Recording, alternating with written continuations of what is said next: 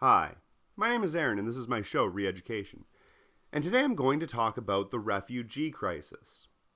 Every single year, over 200,000 refugees cross over an undefended border into the country. Every single year, 200,000 people. That's bigger than a lot of cities where I'm from.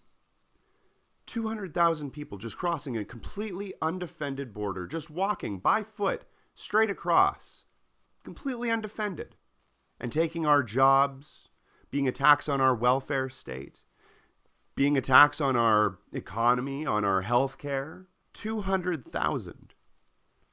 That's 4 million after 16 years. That's an unreasonable amount of people that we have to have inside of our country. That's an unreasonable amount of people that we have to feed, clothe, give healthcare to, give all of these social programs to, and for what? Are they going to get a job here? Are we going to have to support them? Are there going to be murderers, rapists possibly involved in this massive migration of people that are coming across the border? I don't know. I just don't think that we can trust 4 million Germans just walking across our border without having any sort of means of defense. Oh, did you hear me say Germans? Oh yeah, no, I'm not talking about the refugee crisis that's happening now on the American border. I'm talking about the refugee crisis that happened in East Germany during the Cold War.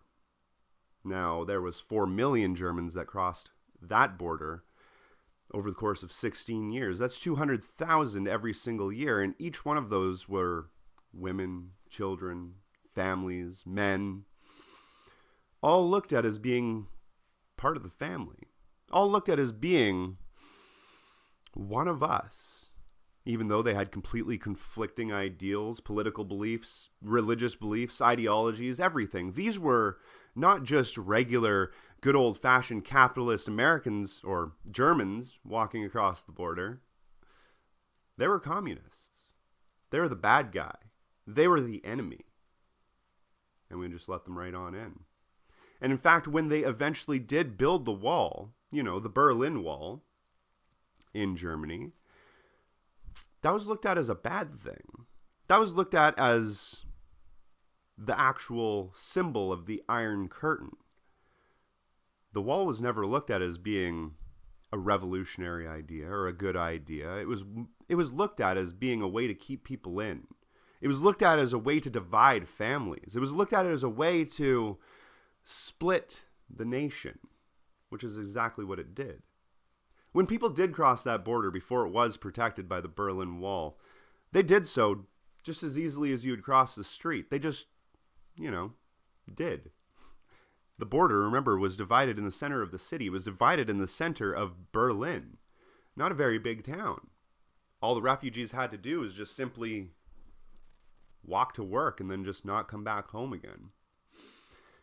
The border that the United States has with Mexico in a lot of places is very similar.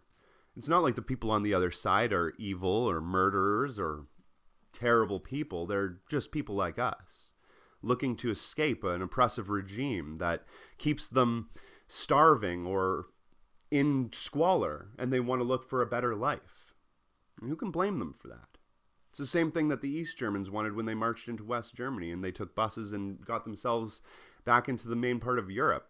The communist government that was running East Germany was doing a bad job. And I'm sure that we could go into the context of that in a different video, but the truth of the matter is that the government wasn't doing well enough for the people, so they left to find a better system. It's the most human thing that you could ever do. And these people weren't looked at as the enemy, like I said. They were looked at as family. They were looked at as people that we wanted to support. Now, sure, they weren't black or brown. They weren't a different skin tone than us, but were they any less human beings? Were they any less in need of our help? I don't think so. I think that these were people just like you and me, looking for a better solution, looking for some way out of the oppressive situation that they were under. And I think that the quote that's on the Statue of Liberty rings so true here. It's something to think about. Anyway, my name is Aaron. This is my show, Re-Education. Thanks for watching.